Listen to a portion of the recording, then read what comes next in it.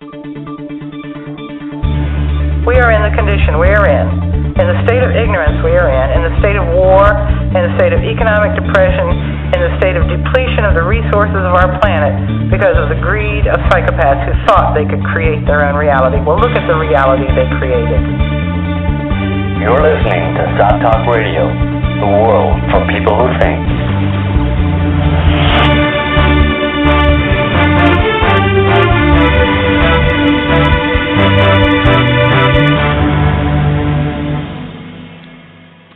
Hi, and welcome to SOTT Talk Radio. I'm Joe Quinn, and my co-hosts this week are Neil Bradley. Hi there. And Pierre Escudron. Hello. This week we are talking to Miko Peled. Miko is an Israeli peace activist, author, and karate instructor. So the topic of our discussion is going to be, as you might imagine, the current situation in Gaza, Palestine, Israel. Just a little bit more about Miko. Miko was born in Jerusalem into a prominent Israeli Zionist family. His father was a famous general in the IDF, and Miko also served time in the IDF. Miko's niece was killed in a terrorist attack in 1997, and at that time, unlike many other people who, had a family member killed as part of the conflict there, Miko's family, rather than blaming the Palestinian terrorists, quote unquote, he and his family surprisingly blamed the state of Israel. So, welcome to the show, Miko. Thank you. It's a pleasure. Thanks for having me. So, I suppose having read your book, and I just want to give a shout out to your book here as well. Your book is called The General's Son. The General's Son. Journey of an Israeli in Palestine. And it's an excellent book because it's kind of like an autobiography, but because of the nature of your very interesting life and where you came from and where you went to, it also charts the kind of history of the Israeli-Palestine conflict. Yeah. So at the same time as giving an account of your life and your experiences, it also gives a history of that entire conflict, where it came from, where it is today, and possibly where it might go. So my question is, there aren't many people like you. So if this isn't too deep a question to get into right at the beginning, why do you think you're so different in that sense from so many of your compatriots in Israel? Well, I think I've had several advantages. To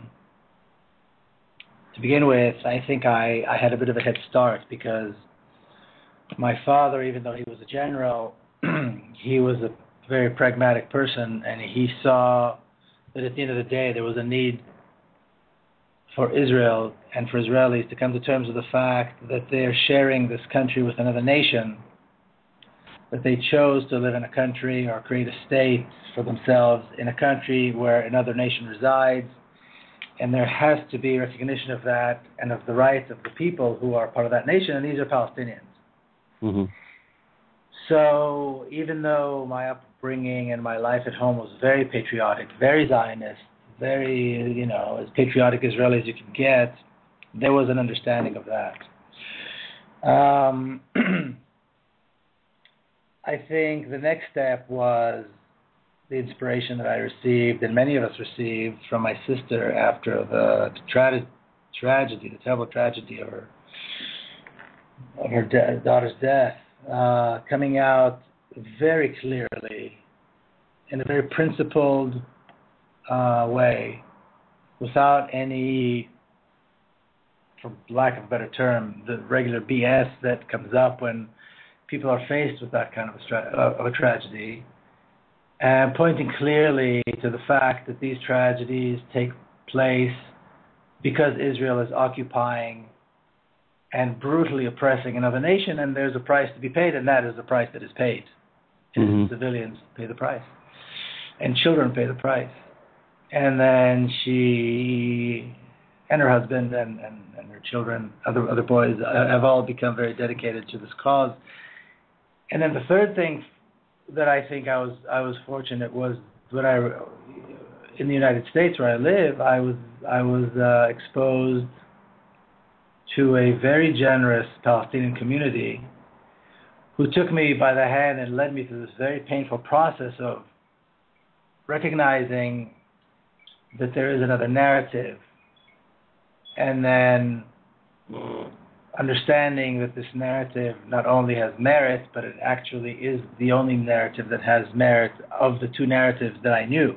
In other words, the Israeli narrative, the Zionist narrative, and the Palestinian narrative. And that is a very difficult and painful process, and you can only go through a process like that if you are surrounded by very, very generous people. Mm-hmm. And the Palestinian community that I met, the friends that I had made over the years in San Diego, in the discussion group that I was a part of, allowed for that, and their generosity allowed for that. Taking those baby steps where very slowly you get rid of your fear and you allow trust to take its place. So that was the experience that I had, and granted, I allowed myself to have the experience, but that was the experience that I had, or the experiences that I had, and I think this is what made me realize the things that I realized, do the things that I did, and then come to conclusions that inevitably I reached. Yeah, you talk about it being a painful experience, and I mean, I suppose you're referring there to getting over the kind of, I suppose it's a form of kind of mind programming that people are subjected to about their nation and their culture and their, Well, Israelis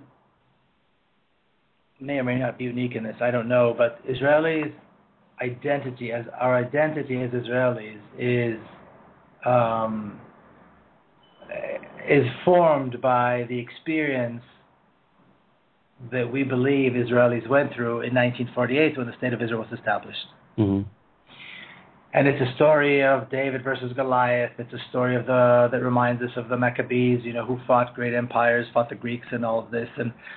And once again, we who were, just a few years before that, there was an attempt to exterminate us. Now we are back, and we fought hard, and we defeated the evil Arabs, and just like we defeated other evil forces in the past, and we were able to conquer our land and once again establish a homeland in our ancient homeland after 2,000 years. It is so much a part of who we are as Israelis.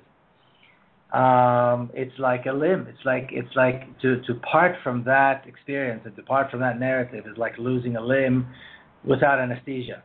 Mm-hmm. And that was the process that was so painful. And now in my case, it was perhaps even more painful because my father was an officer in the Zionist militia of 1948. My grandfather signed the Israeli Declaration of Independence. He was a well-known Zionist leader. My whole family was these, living, breathing proof of the heroism. So now I'm sitting, I'm 39 years old. I'm living in the U.S. and I'm sitting with these people who are Palestinians. In many ways, we are sons of the same homeland. And they're telling me stories about their experience from 1948, which was not only diametrically opposed, but was horrifying. I mean, massacres and expulsions and ethnic cleansing. And of course, right at that time, Ilan Pape and a few other Israeli historians came out with some of their, books, revisiting the whole story of 1948, and they were validating what the Palestinians were saying. So that was the process, and that was a very, very painful process. A very healthy one, I think, but a very painful one nonetheless. Mm. And along this shock, you also described this fear in you that you didn't expect, this fear you could feel when during your first interaction with Palestinians. Can you describe this fear, and do you know where it was coming from? Yeah, my sister wrote a book. My sister Nareed wrote a book about the Israeli education system and the textbooks, and she calls it a fear virus with which we are injected as children, because we're not born with this fear. And I think it's a very good description of what this is. At some point, we are injected with this virus of fear, And we don't know when it's going to hit. I mean, we don't know. And I never thought I had it. I certainly didn't think I was afraid of Arabs or anything until I found myself in a big Arab city with Arab big signs. All the billboards are in Arabic, and all the people around me are Arabs. And excuse me. And suddenly I am terrified. I'm terrified of the people in the street. I'm terrified of the signs. I'm terrified to get out of the car and ask for directions. And I have to fight this fear. Otherwise, I'd be just sitting there in the car in the middle of a street, not unable to move. Mm-hmm. It's almost paralyzing. And then it happened to me. It happened to me several times as I was going and visiting people in Palestinian cities and driving through the West Bank on my own and so forth. And again, the more I allowed trust to come in, the faster the fear.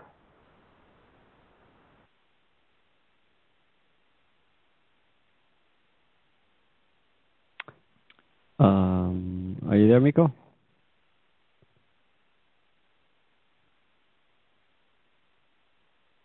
Are we offline?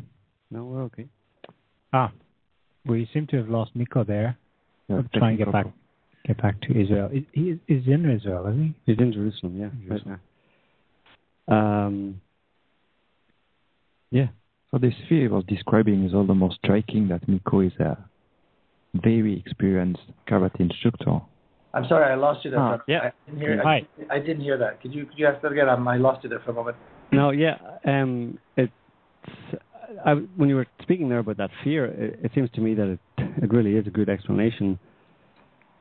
A fear virus that people are injected with, and it also seems to me that kind of a fear of the other that you never have contact with can grow in a person's mind into this kind of demonic image that will allow for the justification of all sorts of violence against that other.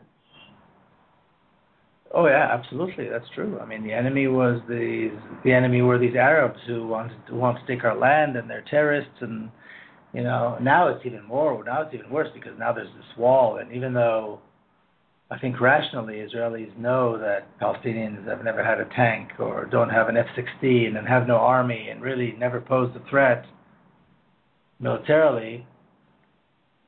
Look at what they're doing in Gaza, and Israelis are all standing behind it and clapping and asking for more violence, even though everybody knows there is no military threat, there is no security threat in Gaza. There's never been a security threat to Israel from the Palestinians because they've never had an armed force, they've never had a tank, they've never had a warship.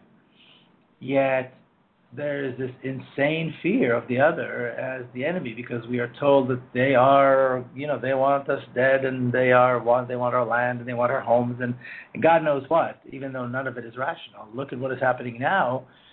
Not 45 minutes away from me right now in Jerusalem, there is such mayhem and chaos and violence, and we're sitting here and first of all, the sense is horrible because there's a sense of helplessness, but Israelis, the media, Israelis on the street, everybody's behind it. Everybody thinks this is great, and they're calling for more violence.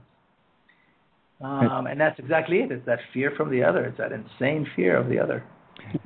And actually, when discovering through your book the great friendship you have developed with Palestinians, I ended up wondering if the conflict is not between Israelis and Palestinians as depicted by mainstream media, but the conflict is between Israeli elites against the people, whether Israelis or Palestinians. I think the conflict is between a racist colonialist state, which is what Israel is, that is founded on a racist colonialist ideology, which is what Zionism is, and the people who are the natives of the land that are in the way, that are getting in the way. They're getting in the way of the narrative, they're getting in the way of the creation of a Jewish state, they're getting in the way of this promise that supposedly we have, that this is our land and not anybody else's, and the only way to get over it is to kill them and try to get rid of them. That is the conflict, and that is, to that end, people are educated here. There's a great just on that point. There's a great comment in your book where you kind of quote your sister Nurit, right? Yeah. where you happened to be at, I think, the swimming pool at the Hebrew University in Jerusalem, and Benjamin Netanyahu was there. Yeah. So you were kind of chatting with him, and he was, as you say, as affable as ever or whatever. And so a friend, I think, asked why he had bodyguards around. Yeah, him. my son, my son. Your son, right, son. Doran, yeah. Yeah.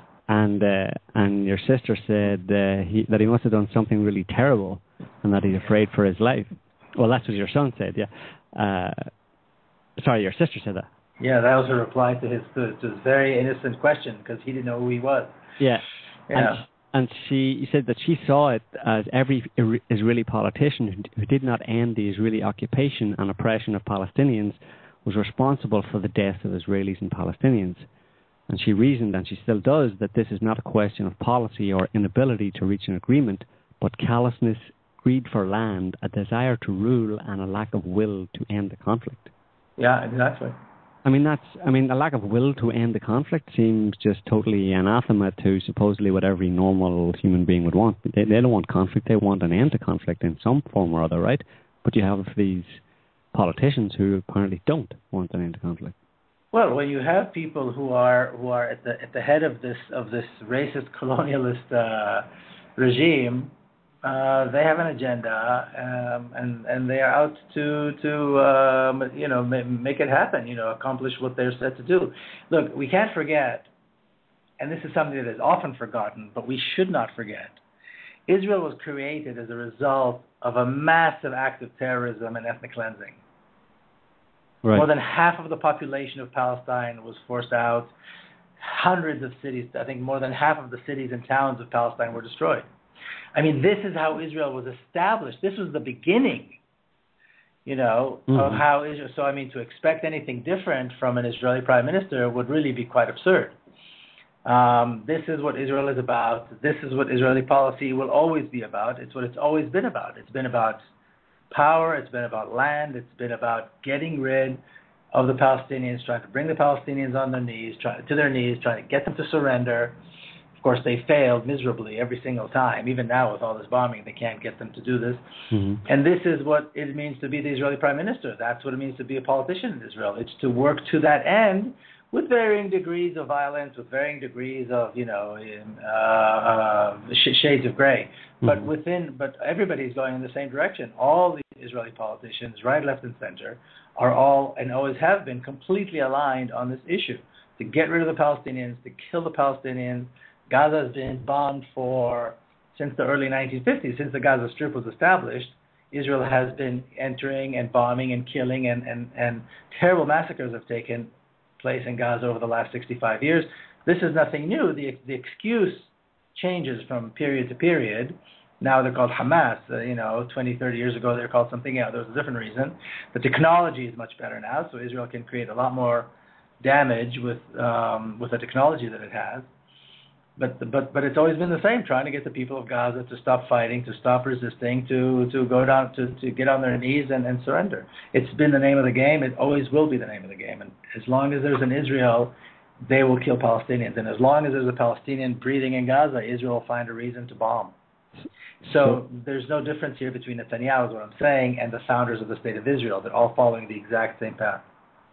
So what do you think the end result, or not the end result, but what do you think their plan is? I mean, in terms of the Israeli politicians, the elite, what is what's their narrative? Well, not their narrative necessarily, but what if they obviously don't want a Palestinian state because they're gobbling up more and more Palestinian land, and I don't think they're looking at a one-state solution. So, I mean, is their goal to have Palestinians just completely disappear, have them kind of another, Nakba, whether exiled into other Arab countries or killed? I mean, they don't want them gone. Is that their end goal? I think it's important to recognize that probably the three things that characterize Israel and the Israeli government are arrogance, brutality, and stupidity. And those are the three elements that guide them in their actions. They're arrogant. They think Palestinians' lives are not important. They think Palestinians are nothing, which is what racist regimes think about the other. Mm-hmm. Their brutality, I mean, like I said, from day one, they've demonstrated horrific brutality and cruelty towards the Palestinians.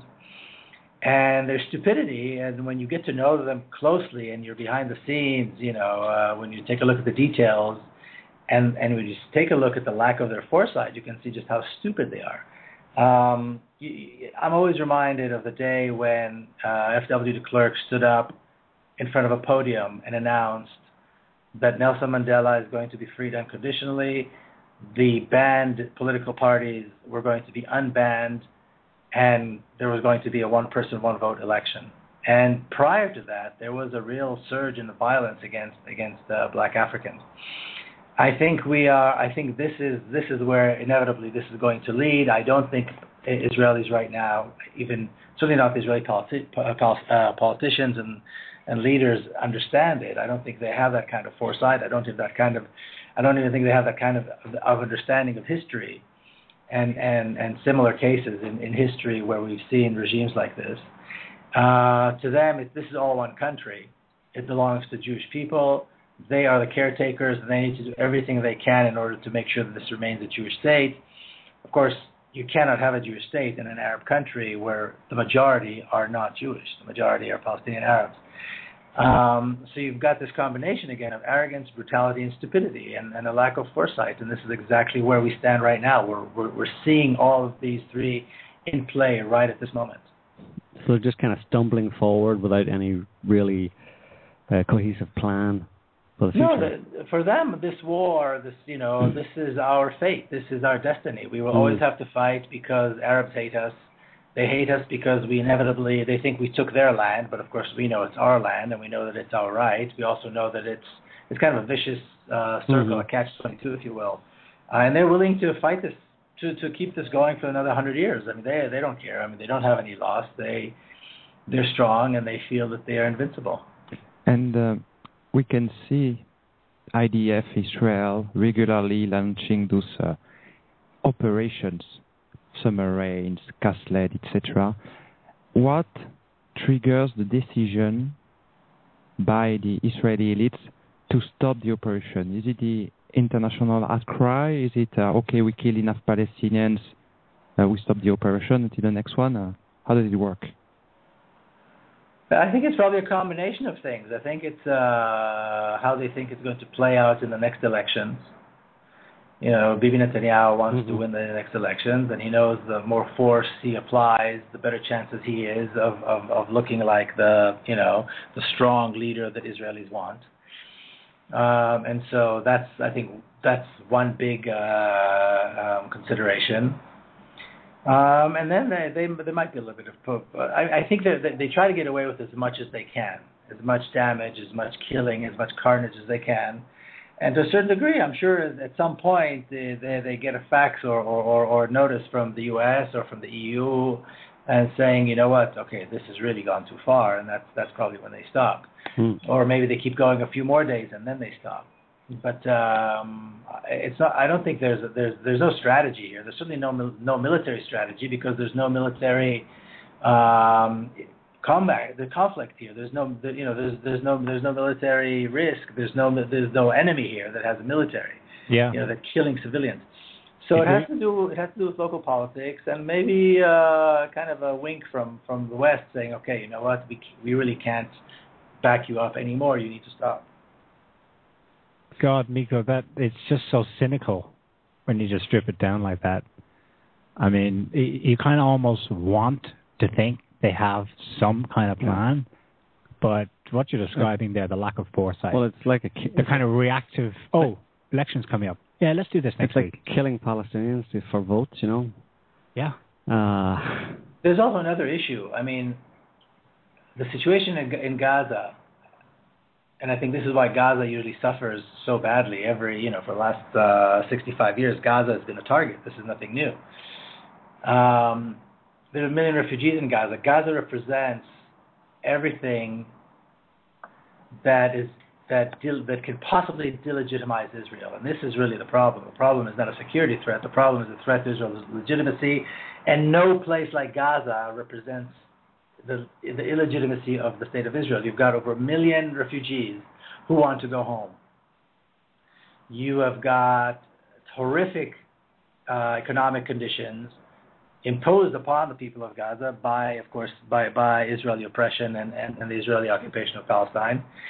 And there are only two choices. You can't leave it alone because that's not an option. They're going to keep fighting, and people are going to expect that Israel do something. A UN report that came out in the summer of 2012 was saying that by 2020 there'll be another 500,000 people in Gaza, in the Gaza Strip. So that's 2.1 million people. How are they going to live? There's already no water fit for drinking, no proper nutrition, no access to medicine, no proper infrastructure, not enough schools. I mean, how are they going to live? And Israel has no plan. So you can do two things. You can try to solve the problem, which Israel does not want to do, because that means allowing the refugees to go back to their homes, refugees from 1948, and solving the problem and lifting the siege and releasing the prisoners and doing everything that humanely and morally is called for. And these are the things that will, of course, appease the resistance. Or you fight and you create violence and you blame the victim. And that's exactly what they're doing. They're creating more violence and they're blaming the victim. You know, you would think that Hamas is at least, I don't know, Rommel's army in World War II. Mm-hmm. So when you see the tanks, and you can see on the highway now, last night I was driving late from a friend's house, and you see these big semi-trailers carrying the tanks going down south. Why do they need tanks to begin with? But certainly, why do they need, I think they called up 40,000 reservists. I mean, this is insane. But they have to do this because the only other option is to try to solve it. And they won't solve it because this is against who they are and what they stand for. So it is very cynical. It is very sad. Well, if the IDF kind of invades Gaza, what kind of resistance, if any, are they likely to meet? I mean, military resistance in that sense. Well, we can take a look at what happened in the past. I mean, in when they had cast lead, that's probably comparable to what's going on now in terms of the violence and the force of violence that Israel used. The rocket fire didn't stop for 1 minute. They had to negotiate in order to get the rockets to stop. Mm-hmm. In terms of actual combat, I'm sure they've got a few kids with weapons that might try to fight if there's a ground invasion with light weapons, but that's certainly not a military threat. Mm-hmm. That is, so I don't think they're going to be faced with much ability today. I mean, they come in with such force, with tanks and thousands of infantry units. Like I said, the only thing they're going to face in terms of a threat is even a greater threat to Israel's legitimacy and an opportunity for Israeli soldiers like Roman legions to just march through and do as they please. Yeah. Miko, we have a call on the line here from one of our listeners. I'm just going to go ahead and take it. Okay. Hello. Hi. What's your name? Where are you calling from? Hello. My name is Zoya. I'm an Israeli. Hello, Zoya. Welcome. Yeah. Thank you. I would like to, to comment a bit and maybe ask Miko a couple of questions, if possible. Sure. Go ahead. Well, first of all, I wanted to thank Miko for doing what you're doing because I think it's very important for everyone in Israel.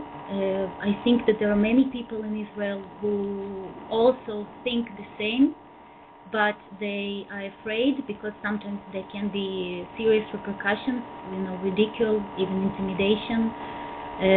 Also, in many cases, they lack knowledge. They often, brainwashed, basically, mainly. They have a lot of erroneous, information, and they don't know how to, to distinguish from lies and whatever the government says to them, and it's integrated, indoctrinated from the childhood, all those things. And so I think that it's very important that there are people like you who stand up, and even if you have such tragedy in your family, you're still able to basically listen to your conscience and do what's right. So thank you very much for doing it. Are you there, Miko? Yeah, I'm okay. Listening. Thank you. Yeah, it's very kind of you. Thank you. I'll give you a little bit of background to my questions. I posted not long ago, yesterday, image. Basically, it was posted first by Hadash party about Hadash activists from Tel Aviv. They put anti-war posters on Ayalon, like stop the killing in Gaza and such. And I received several comments from my Israeli friends. Basically, the regular excuses of Israelis, like, for example, I'm sorry that people are killed in Gaza, but what other solutions we have? We have no choice. We can't speak to them. We can't talk to them because they fire rockets at us every day. We need to stop them. So basically they say that Hamas is radicals, and it doesn't matter if you explain to them that Hamas was created by Shabak, the same as CIA created Osama bin Laden, to fight Russians in Afghanistan. So it's all part of the the whole process, the way they work, conspiracies and such. So I explained this to this person, and he told me, okay, you're talking conspiracy right now. Do you have any articles, that can give information, legitimate information, mainstream information about, like, for example, Hamas being created by Shabak? Do you have any knowledge like this, for example, something that we can give to Israelis? That's your question. Okay. Well, yeah, it's partly comment. Yeah. Okay. But that's kind of your question to Miko, yeah? Yeah, also. Okay. Did you get that, Miko? Okay, go ahead, Zoya. Yeah. So basically what I wanted to ask is, like, for example, there are all kinds of misconceptions that Israelis have about certain things. Like, for example, they say that there was never a country like Palestine. And another friend told me that in Gaza there are no Palestinians but other Arabs from other countries. Like, for example, they chose to come from Egypt or from Syria, and they don't have to stay in Gaza. They choose to stay in Gaza. They can return to their countries whenever they want. So basically, it's like they choose to stay and fight, and it's not true that basically Israel is keeping them in a large prison. Stuff like this. Okay, so what's your comment on that then, Miko? Well, in general terms, I would say you don't have to really answer every stupid comment that is made on this issue. Mm-hmm. Because you answer one, there's going to be 10 more. Yeah. Because Israel, the other side, so to speak, has books and books and books on these, and they print them out and they send them to people and they propagate this nonsense of information. I see this in America too. You go to a lecture and you see these kids who are AIPAC trained, trained by the Israeli lobby, and they come in and they ask the exact same questions every single time, the exact same comments every single time, and there's no point in answering them because you answer one and they've got 10 more, and it is not really out of a real desire to engage in a conversation. It's to prove themselves right. Yeah. And I quite frankly don't think it's anybody, certainly not my job, but I don't think it's the job of anybody who's on what I consider to be the right side of this issue to convince these people or answer their questions. The books are out there. I mean, we were educated in a certain way. They can take, if they really care, the books are out there. The information is there. The misinformation is there too, and if they choose to believe the misinformation, that's their issue. The issue of Hamas, I think what's important with the issue of Hamas is this. Hamas is a resistance organization. Hamas was created as a result of because the Islamic movement in Palestine felt they could no longer sit idle and not be part of the resistance because the occupation and the oppression was intolerable. And the violence, this is the beginning of the first Intifada, the violence against civilians was so horrific, they felt that they could no longer sit idle and they had to join the resistance. The resistance is in response to something. If you take away that something, which is the oppression and the occupation, there is no more reason for the existence of a resistance movement. A resistance movement, by definition, is in response to oppression. So nobody likes resistance. Nobody likes the rockets. Nobody likes, any kind of resistance, really. And the job of a resistance movement is to bother the occupied and to wake people up and to bother the occupier and to bother the oppressor and to remind them that we are here and we are suffering and we're not going to stop until something is done. Even though we know that their resistance militarily, of course, is ineffective, it's a kind of a cry to say we're here, we're suffering, and we're not going to just sit idle. If people don't like Hamas, if people don't like what Hamas does, the answer is very simple. Lift the siege on Gaza, release the Palestinian prisoners, all 5,000-6,000 of them, allow the Palestinians freedom, allow them to go home, allow them to resettle, solve the refugee. I mean, the answers are there. I'm not saying anything that wasn't said before me. This is what we do. This is how you respond to resistance. This is how you respond to Hamas. You don't like Hamas, you don't like the resistance, and the occupation, and the oppression. It's a very simple equation. Perhaps it's not a simple thing to do, but it's a simple equation.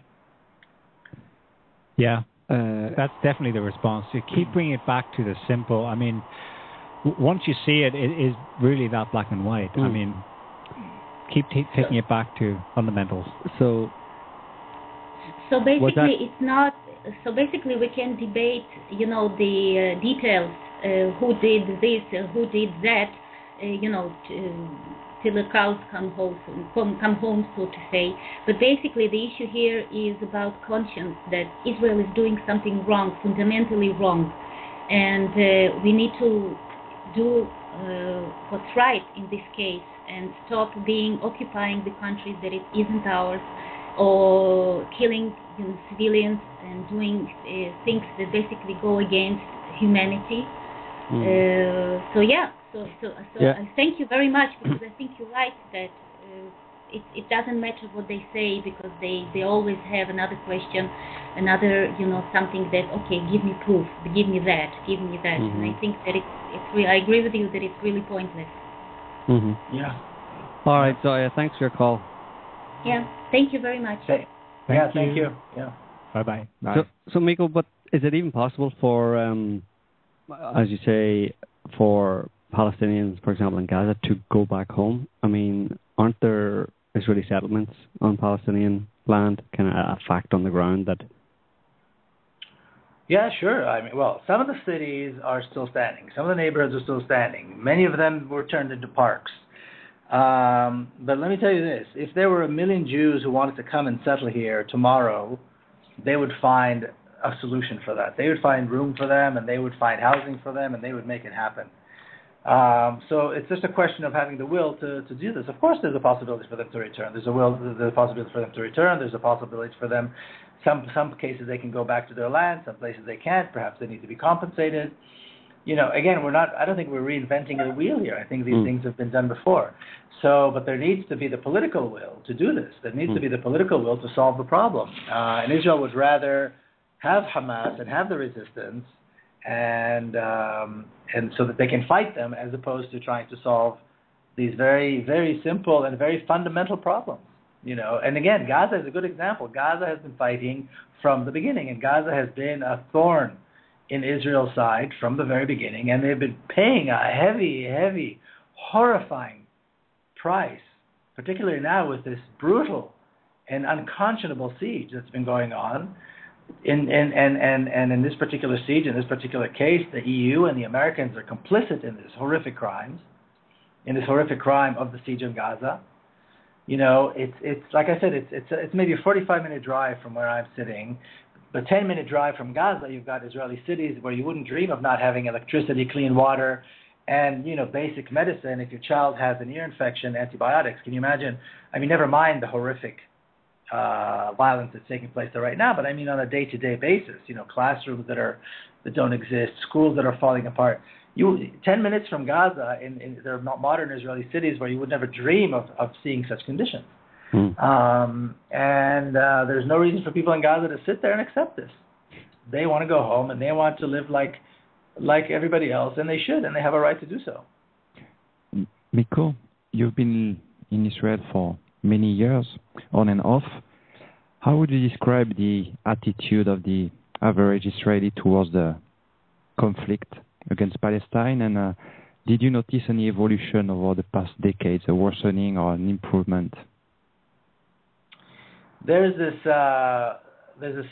sense of schizophrenia sometimes, because when Israelis, when they have all these polls that they ask Israelis, then they always find that there's a majority of Israelis who want to solve the Palestinian problem, make peace, and have a two-state solution. But the only poll that really matters is when Israelis vote. Mm-hmm. And Israelis have consistently always voted on this issue for the most violent, the most radical, the most insane leaders they could possibly vote for. And like I said, from the very beginning, Israeli leaders have always committed horrendous crimes of violence and terrorism against the Palestinians.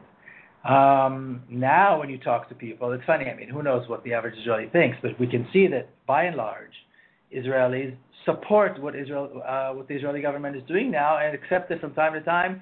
They think it's not enough. They're pushing for ground invasion. They're pushing for more violence. They're pushing for, and this is not really maybe representative of anything, but it's symbolic. I took a cab the other day. I had to go, so I took a cab, and the cab driver was an Israeli. As soon as I get in the car, we start talking. It's all about how weak the Israeli army is, how they're not doing enough, how they're not killing enough, how they're not attacking enough, and so forth. On the way back, the same trip, I had a Palestinian driver just by coincidence. And the entire conversation is, how do we get beyond the violence? How can we finally hold hands and live together? How can we, get rid of these leaders who are only thinking of violence, and show the world that as people we can get along and we can share this country? And as unrepresentative and unscientific as this really is, it is representative of what you hear when you talk to Israelis and what you hear when you talk to Palestinians. Wow, that's amazing. I mean, the people who are being bombed and blown apart and having their houses destroyed are the ones who are appealing for kind of like accommodation and reconciliation, and the ones who are doing all the attacking want more. Yeah. The ones who are safe want more death. Yeah. That's it's unconscionable. And it plays out at a political level too. I mean, Benjamin Netanyahu's stance on Hamas was, well, we're not going to negotiate any kind of peace settlement until XYZ conditions are met. But every time they meet XYZ conditions, it's, but there are these other sub-conditions as well. In fact, having met those conditions, you've now contradicted several other ones. And what can they do? Like, obviously, in the run-up to this current operation, a fairly, noteworthy event happened. Hamas and Fatah formed a unity government, which had been a precondition to talks with Israel. Oh, we can't until they have, and then they have a unity government, and they renegade on it and say, no, we don't talk to terrorists. Yeah, Netanyahu would never, or has said that he couldn't really deal with Fatah and Abbas because he had no control over Hamas.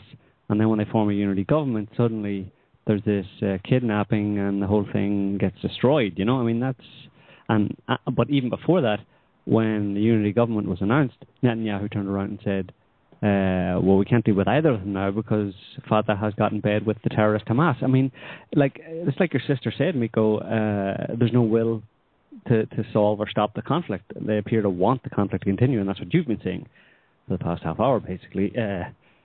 So, I mean, it's hard in that situation. It's hard to see a solution with those kind of people making the decisions and who have power. it's hard to see how it's going to end, you know?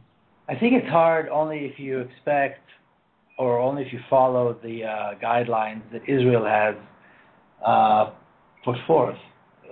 This whole myth about this two-state solution, this whole myth of Oslo, where there's supposedly a Palestinian government and a Palestinian president. The Palestinian president can't drive from one Palestinian city to the other without getting a permit from the Israeli army. You know, he has no authority. The Palestinian Authority has no authority. It has less an authority than a small city council. Yeah. And that was exactly the whole purpose of Oslo. The purpose of Oslo was to create this puppet state, if you will. I mean, I know it's derogatory, but puppet state, if you will, and do with it as it please, and that's exactly what they accomplished. So Oslo and the whole peace process were very successful because they accomplished what they were out to accomplish. On the one hand, create this image, wrong image, that there's a Palestinian entity, that there's a Palestinian state, that there's a Palestinian leadership that's somehow responsible for things. And on the other hand, create a reality where Israel, in fact, dominates the entire country, has control of the resources, and controls the lives of every single person who lives here. Now, when people come up, as John Kerry did and others before him, trying to resolve this conflict based on this two-state solution, which has been failing for 20 years, failing to achieve peace, but not failing in getting Israel to become more forceful and more dominant.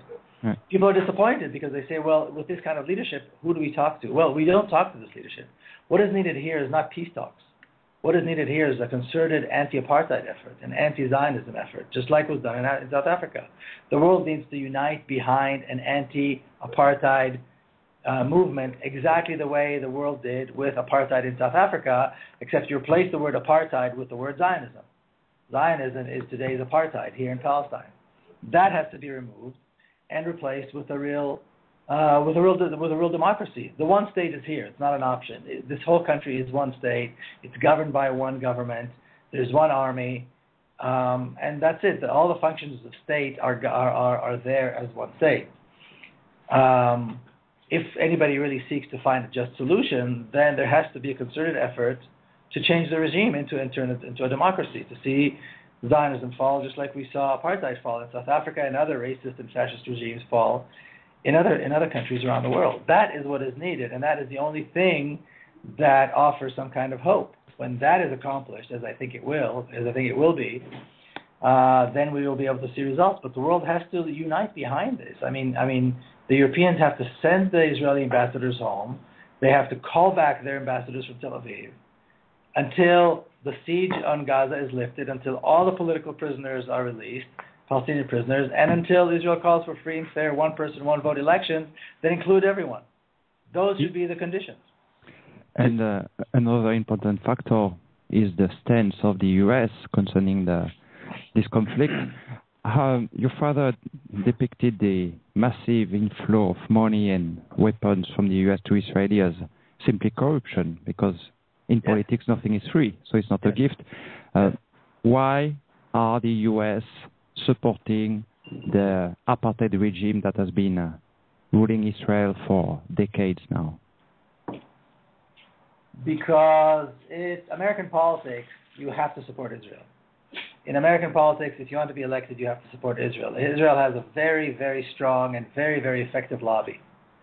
And this lobby has been in action in Europe and in the U.S. since the days of my grandfather, when he would travel around the world and talk about Zionism. You know, they've been around for 80 years. They've been able to influence all aspects of life in America and in Europe. Culture and media and history and education and certainly politics. And today in America, and to a large degree in Europe too, you have to support Israel to get elected. It's not because they love Israel. It's not because there's some kind of a strategic need for the Jewish state or the Jewish democracy. This is all just propaganda. It's hyperbole. It's meaningless. The only reason it exists is because there's a political reality in America which forces American politicians to say that they support Israel and to support Israel every single time. Otherwise, they won't be elected and they won't be able to do the things they want to do. It's like a tax. You have to support Israel. when this changes, as again, I hope it will very soon. I'm not too optimistic, but I think there are changes that we can see already. But when this changes, then American politics and American support for Israel will wane. Do you know what the nature of that hold that the Israeli lobby has over? Is it just money? It has over the U.S. Government, essentially? No, it's much more than money. There's a sense of money is a part of it, influence is a part of it, and it goes beyond the simple, kind of corrupt money for politics and money for favor kind of things that people usually think about. When you look at the American education system, I have 3 kids and they went through the American education system. They grew up in America. Mm-hmm. In the history books, they learn supposedly history, and there's a big debate in America whether you should teach creationism or evolution in school. There's a big debate in America, and most people think you should teach evolution in school and creationism in church, perhaps, right? Mm-hmm. On the issue of Israel, the chapter on the ancient Hebrews is all biblical. It's all from the Bible. This is in advanced history courses in high school. It's in the most simple, basic elementary history classes, humanities classes, and junior high school. This is what they learn. They learn, and it's all biblical. So by the time they become politicians, at the time they become adults, they already know that Jews have a right to live there because they're the descendants of the ancient Hebrews. They have the Anti-Defamation League, which is an arm of the Israeli lobby in America. Mm-hmm. And they have these courses. They come into schools and they teach tolerance. And they give the school a certificate that the school is now a tolerant school, certified tolerant school, which is very nice, of course. Tolerance is important. Part of the tolerance course teaches that criticizing Israel is racism and anti-Semitism. So these are kids in school. These are teachers. I mean, how educated are they? They're as educated as, an average person, right? Mm-hmm. No more, no less. And now they're being taught that in order to be tolerant, we should not criticize Israel. And, of course, they equate Palestinian resistance with the Nazis and so forth. So by the time people vote, by the time people become politicians, by the time people need to donate money to political parties and so on, they don't need to be told this stuff. They already know it because they grew up. Yeah. You see? It becomes assumed. That's the influence. That's the strength of the influence of the Israeli lobby. It's kind of it's almost like a shared ideology that's unspoken. It's inculcated through a kind of shared cultural ideology, although it's not expressly laid out anywhere, except to the extent that Israel would say, hey, remember us because we're the only democracy in the Middle East, quote unquote. That's right. But go on. No, I'm just saying, there's also, for several decades now, there's been a huge anti-Arab, anti-Islam campaign in America and in the West in general. So you combine these two together, and it's a huge success for Israel. And part of this brainwashing is, at least in Europe, the Holocaust, that has become almost something holy, a religion. How is the Holocaust used in the U.S. education system? Well, the Holocaust is used not only in the U.S. Education system, it's used here in Israel, it's used in Europe as well. Mm-hmm. Yeah. And again, most of what is taught is based on lies. The biggest myth is that Israel is the response to the Holocaust and that, Holocaust survivors came to Israel. The vast majority of Holocaust survivors did not come here. Mm-hmm. After World War II, there were about 2 million Jews in internment camps in Europe. Less than 10% immigrated to Palestine, to Israel. The vast majority stayed in Europe or went to America. So it's wrong to say that what is happening here is being done by Holocaust survivors. Most of the Holocaust survivors didn't come. These happen to be Jews and these happen to be Jews, but they're not the same Jews. So Holocaust survivors can't be blamed for what is happening to Palestinians because the vast majority of Holocaust survivors didn't come, and many of the Holocaust survivors who did come left for all kinds of reasons. Huh. And so that is one big myth that is told that has to be, I think, clarified. The other aspect is, there's a need for the state of Israel because of the Holocaust, that this is the answer. Mm. Well, the very Jews who suffered the Holocaust and survived the Holocaust chose not to come here. That means the very Jews who suffered the most, don't believe this. And this is true of Jews who suffered in Eastern Europe before pogroms and so forth. The vast majority ended up coming to America or going to, just Western, parts of Western Europe where they felt safer. This is nonsense. The very Jews who suffered the most didn't come here. They went to places where there was tolerance for everyone. The answer to the Holocaust is not creating another racist, oppressive, colonialist state in an Arab country. The answer to the Holocaust is making sure that there's no racism anywhere. That there's tolerance for all minorities, so for all people. And I think Jews appreciate that, and that's why they didn't come. Wow. I think the chances for a solution to the problem, the Israeli-Palestinian conflict, in quotes, really took a setback after 9/11 because obviously 9/11 was used as justification for the expansion of, American kind of imperial power around the world, and really put the whole clash of civilizations, particularly in the Middle East. It moved it up a level. Yeah, put it front and center stage, and especially for people in the West, in America and Europe, that really kind of served to obviously demonize the Arabs in general, and this vague, amorphous kind of vision that people in the West have of Arabs or Muslims.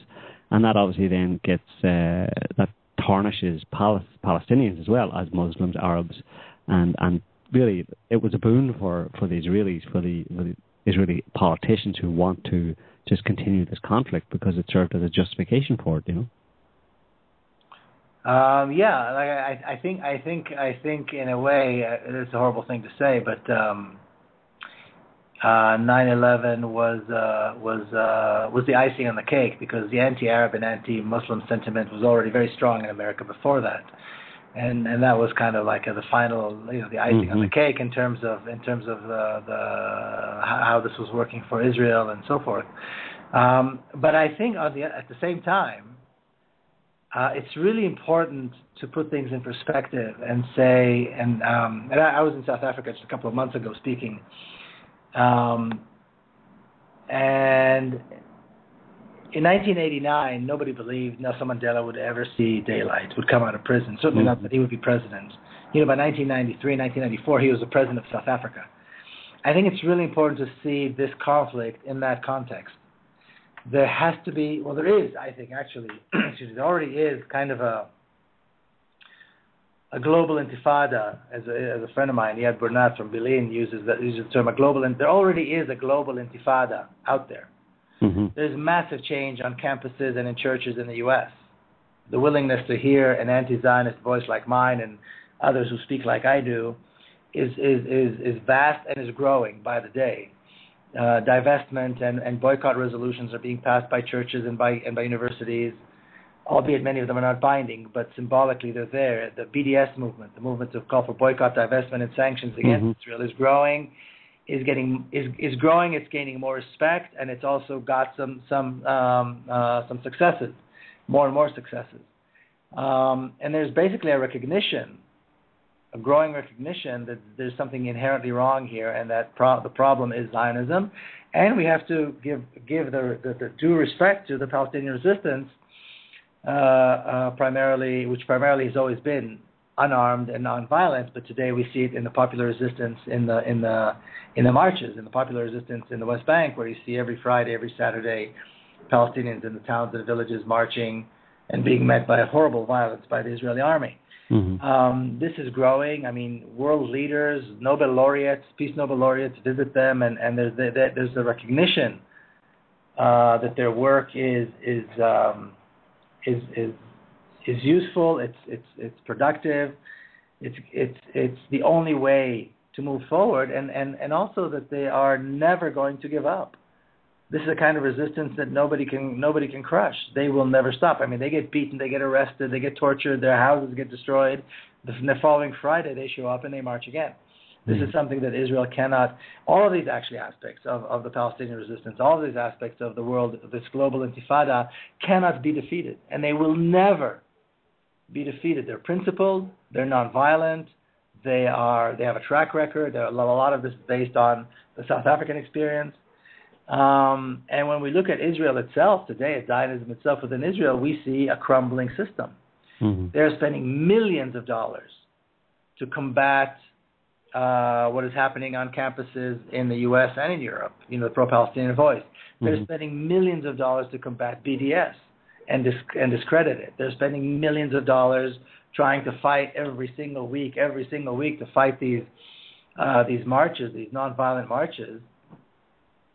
And you'd be shocked at the amount of how much it costs every Friday, what it takes for them to come and bring all these massive amounts of troops to fight these protests.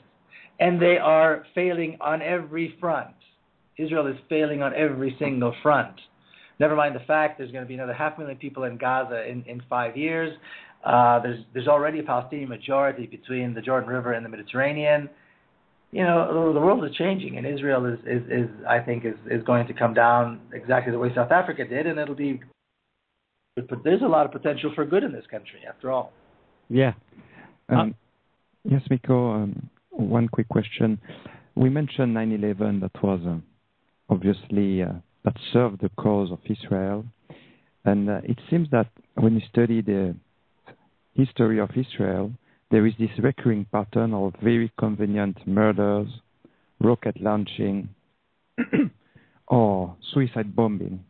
At one point, maybe it's paranoid, but I started to wonder, since those acts totally discredit Palestinians and benefit tremendously the Israeli politicians, I started to wonder if there might not be some cases of false flag operation, i.e. operations that are allegedly conducted by Palestinians, but that are in reality conducted by infiltrated Israeli agents or Israeli agents funding some Arab cells. Yeah, that's a big question that I don't think anybody will ever be able to answer for certain. It's like what's happening here now is very convenient. These 3 boys were kidnapped, and this whole thing was so well planned, and there's so many question marks about all of this. I think it'll be many years before we actually find out. But there's certainly cause for questioning all of this. I agree. But for the future, you basically, as you've just said very eloquently, you see the tide turning against Israel, and basically their current apartheid racist regime, where they're periodically bombing and killing Palestinians, is not tenable and can't last. Yeah, I don't think it can last. I think they're going to continue as long as they possibly can. But I think the conditions are that eventually the grassroots movements and all the different various aspects of the resistance I described are going to, it's going to be a point where that's it. It's like, again, in South Africa, when de Klerk stood up and said, that's it, it's over, basically. There's going to be an Israeli prime minister who's going to step up and have to do the exact same thing. All right, Miko, well, we're going to let you go here. I just want to thank you very much for coming on the show, and thank you for all of your work. You really are kind of one in a million, or maybe one in a billion, maybe, in this context, and you're to be commended for everything you've done and all the efforts that you have made and continue to make. And I just want to tell people that people can check you out on Facebook or on YouTube, and they should also get your book, The General Son: Journey of an Israeli in Palestine. It's available on Amazon. It's an excellent read and gives a very, very good overview of the entire situation and also of Miko's life and his journey. So, yeah. Thank you. I appreciate the opportunity. Thank you very much for the show. Okay. Thank you, Miko. Thanks, Miko, and stay safe. And your father should be very proud of you. Thank you so much. Thank you, guys. Take care. Bye-bye. Bye-bye. Yeah, I was just saying about the idea of a false flag operation behind the recent events in Israel, and people are open to it, and a lot of people are open to it in Palestine. As far as I understand, a lot of people suspect that the Israelis are behind a lot of the stuff that provides justifications for Israeli attacks on Gaza and to continue the conflict, as Miko was just saying. And a lot of people elsewhere around the world that are subject to Western intervention in some form or other, and I include Israeli here in Western. There's Israel, Europe, and America, and that's about it, right? These days, as far as the West goes. But Israel, I'm sorry, but you're never going to be part of the Western club kind of thing. I mean, no matter how much they try, but they're a bit of an anomaly, really. But anyway, the thing is, people like Miko do a really good job in going around, and they have the energy to put into going around and bringing the home truths about the Israeli-Palestinian conflict to as many people as possible, and they just keep repeating the basic facts, which is that the occupation is the problem. The occupation is obviously the problem. It's a no-brainer. It's like you don't have to be a genius to figure it out, and killing people is wrong. I mean, you just look at the situation, look at the facts, and there's a solution to it. And that's very important because, that's where the answer is going to come from. If you're going to convince anybody, you're going to convince them on humanitarian grounds. The kind of thing that we tend to kind of not focus on, but we kind of look into this idea of, false flags and more the minutiae behind it, and the puppet strings and the darker, more evil kind of events. But there's actually in Miko's book there's a story about a guy when Miko's talking about his father, who was an Israeli general and who was very heavily involved in initial efforts in the kind of 70s and 80s to develop or establish a kind of a rapprochement between Israelis and Palestinians. He was part of several organizations that tried to do that and establish contacts, and he even he met with members of the PLO. He met with Arafat. And there was one interesting story on that topic about Dr. Issam Sartawi, who was a high-level member of the PLO, a confidant of Yasser Arafat's. And Miko's father met him in Tunisia with Arafat. And so these ongoing communications, rapprochements kind of thing between an Israeli general he was also a member of the Knesset and stuff, and the Palestinians under Arafat and the PLO. And then Sartawi, this guy that Miko's father had met with, he was killed in Portugal in 1983, supposedly by the Abu Nidal gang.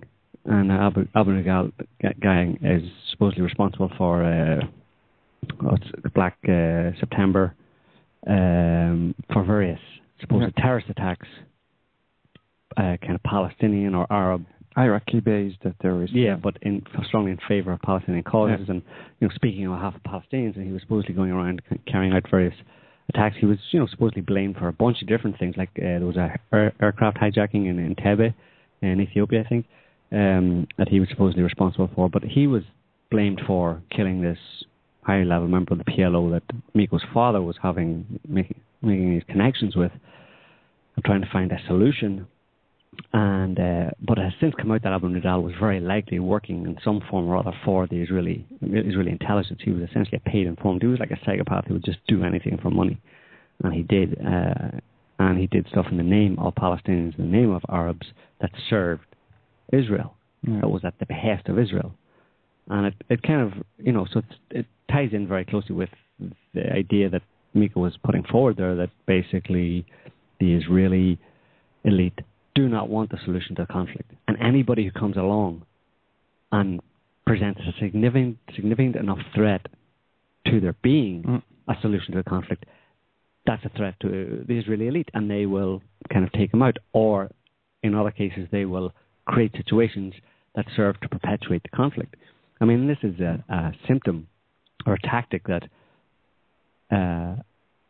has been used on many different occasions, as you can imagine, by the powers that be in various countries, particularly in colonial kind of powers, America, Britain, France even. But there was one case that I know of anyway that goes back to Northern Ireland in the 1970s, at the beginning of the conflict there, when there was a burgeoning rapprochement or burgeoning communications were set up between members of the loyalist, the pro-British, whatever, loyalist paramilitary group, and members of the official IRA. And after a few weeks of these communications, the two loyalist, kind of pro-British guys were shot dead by someone, and it was never really clear who did it, but it eventually came out that it was the British who did it. The British essentially shot dead 2 members of one side, one party to a conflict that was trying to solve the conflict, trying to contact the other side and solve the conflict and see their commonality, the common ground they shared, and to come to a peaceable solution. And the British state, that supposedly was threatened by this conflict, actually wanted to continue and killed people who were trying to solve it. I mean, that's kind of pretty much official history. It's not in your textbooks, but that's actually what happened, and that's what they've done, and they've done it probably in many other occasions. And the same is true for Israel today. And that's why we, based on what Miko says, it seems to me a logical kind of deduction or a logical next step when you see the extent to which powers that be are invested in keeping a certain conflict going for lots of different reasons, including that they like conflict, but they also get a lot out of it. It seems to me that when you see events happening that kind of out of nowhere or come at a really bad time for peace and at a really good time for these people in power who want to perpetuate conflict, well then it's reasonable to look at the possibility that they may have been behind it and to investigate the possible evidence for it, you know? Yeah, it's difficult for us to accept that leaders might sacrifice their own citizens. But for psychopaths, Palestinians, Israelis, doesn't matter. These are just humans. And humans are treated with contempt by psychopaths. So it's really not an ethical problem for a psychopath leader to destroy tens, dozens, hundreds of lives. I would like to add as well that it's not because they're fast flag operation that there is not resistance. In Palestine, there might be some resistance, and what I find shocking is the difference in treatment between what is going on in Palestine, the resistance that is labeled terrorist, brainless, suicidal, destructive terrorist, and at the same time, if you look at history, like in Europe during World War II, the countries that were invaded by Germany, you had resistance movements. In France, you have a few percent of rather courageous men who decided to fight for the country, endanger their life, sacrifice their life for an ideal, for their root, their culture, their language, their identity, like some Palestinians might do today. And they were bombing trains, they were dropping bombs here and there. There were resistance, and today, 60 years later, they're presented as heroes. And maybe it's thanks to those courageous men that those countries are still are not part of a Third Reich anymore. So the difference in treatment is rather shocking to me. Yeah, I'd just like to say that if there's an idea that if the Americans had not entered the Second World War, we would always speak in German. We hear that a lot, right? It's not actually true. If the Americans had not entered the Second World War, we'd always speak in Russian. True. Yeah, because Russia won the Second World War.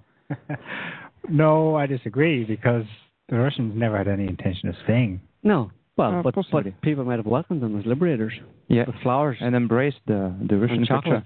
And what is shocking, and this landing of the U.S. troops in Normandy happened when or after most of the German armies has been destroyed along the Eastern Front by Russian forces, and the Russians lost 20 million lives during World War II. They landed after that against an almost non-existent German army. They bombed for hours the whole seashore, French seashore. They destroyed all cities, killed thousands of civilians, and then landed. And I think the casualties for U.S. troops during the landing is like 1,000, if I correctly remember.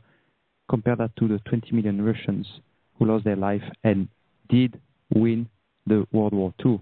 And later on was presented as an evil communist and didn't have anything to do with the victory. American casualties are more than 1,000. There were 1,000 at that point in time. Yeah. During the landing. Yep. Well, do you have anything more to say on this topic, Neil? Or I think we're going to have a slightly shorter show tonight. Well, just to say that We don't know how long this assault's going to go on. The latest is that it's getting worse. I mean, yesterday a massive airstrike supposedly on the home of Gaza's chief of police killed 18 people, injured 45. The latest total death toll, 157 people killed. Israel has hit homes, schools, hospitals, mosques, and everything in between. It looks like they're, as Miko said, they're sending tanks down there, and they've possibly called up 40,000 troops. That could be for show. They kind of nearly did that two years ago in the previous Operation Pillar of Defense, whatever. But then, stopped at some point. It's senseless, but it's a perennial state of affairs. It's always there, and I think what Miko's saying is the only solution, and not in the sense that I see it being worked out anytime soon. Rather that it's the natural, obvious, in your face. He has a point when he says that the state structures are there.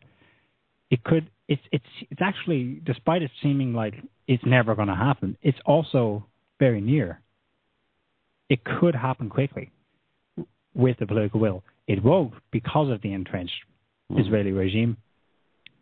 Now, how fast will the U.S. fall? Because if and when that happens, Israel is finished. Yeah. I wouldn't hold my breath for the Israel is finished. Yeah.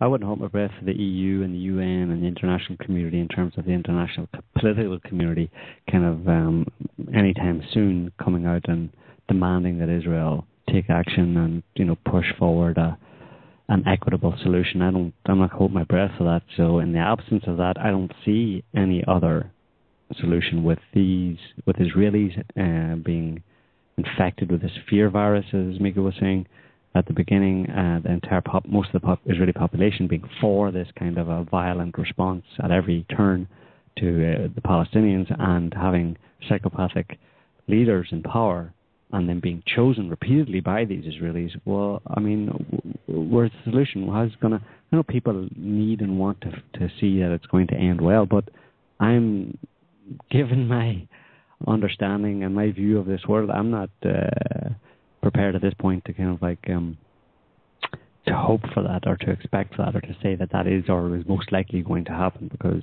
I don't know. I'll just remain open to it. But in the meantime, we have to do everything we can to stand up for the human rights of Palestinians and to bear witness to their suffering, and not to turn away and not to and pretend it isn't happening. Essentially, I mean, and a solution. I mean, maybe not naive, but I remember during Operation Peled in 2008-2009 that there was major demonstration all over the world, and mainstream medias were mentioning it. This time, conveniently, the Israeli operation occurs in the middle of summer holidays during the World War Cup, and I thought for a while... The World War Cup. Well, I say World War Cup. World War Cup. That's an interesting Freudian slip there. The World War Cup. And who will win? Israeli has probably a good team. And I thought there was no demonstration. And it's only by searching through alternative media I realized there was a lot of demonstration. There are a lot of demonstrations. Here in France, all over, in most cities. Mm-hmm. So that's different compared to Operation Peled. This time, mainstream medias are totally not mentioning what's going on. So that's the only scenario I can see that would solve the problem or force a resolution is if there were massive demonstrations by ordinary people, and that could happen. I mean, I'm not saying it's going to happen, but that is more likely than the people in positions of political power in Western Europe and in the US from having a change of heart. Most of them are a bunch of psychopaths, and they can't change heart. So because they have none. Because they have none. So the answer is unlikely to come from there, or much less likely to come from there than it is from people power forcing their hand in that way, forcing them reluctantly to push for a solution. But, you know, how do you get everybody who's got their head stuck in a TV set, or, you know, or just turning away and, you know, or getting all of their information from mainstream media that is lying to them all the time? How do you get those people to wake up and to realize the situation and to find a little bit of the humanity that's left in them to stand up, like I said, and bear witness to the suffering of innocent people who are being brutally oppressed, murdered, killed, blown apart by a bunch of Israeli psychopaths? I don't know. I mean, it's not looking good on any front at this point. But so, like I said, I'll just put it on the shelf and keep watching and keep doing what we can to bring the truth to light. So, I think we're going to leave there for this week, folks. A little bit early, but you know, yesterday was Caesar's birthday, so we're entitled to 20 minutes off, half an hour off. Next week, we have a guest on, Nick Redfern. Nick is a British best-selling author, ufologist, and cryptozoologist. He's written many books, the latest of which is called Close Encounters of the Fatal Kind, Suspicious Deaths, Mysterious Murders, and Bizarre Disappearances in UFO History. Other titles that he's written are called Monster Files, a look inside government secrets and classified documents on bizarre creatures, and Extraordinary Animals, and several other books. There's quite a few of them. Pyramids in the Pentagon, the government's top secret pursuit of mystical relics, ancient astronauts, top secret places governments don't want you to know about. So basically a high strangeness, UFO, cryptozoology, kind of all sorts of weird thing. That's our topic next week with our guest, Nick Redfern. Check out some of his books. They're very good, actually. I've read quite a few of them. They're all really fascinating. That stuff's fascinating to me anyway. It should be to everybody because it's super cool. So... that sounds awesome. I can't wait to tune in. It was a good speech. I hope you will tune in for that one, and we hope you enjoy the show. And thanks once again to Miko. Check out him on Facebook and YouTube, and check out his book. It's very good, The General's Son. Yeah. Thanks to our listeners, to our chatters, and to Zoya, our caller. And we will be back next week, like I just said, the same time, same place. Till then, have a good one. Bye-bye. Have a good one. Bye.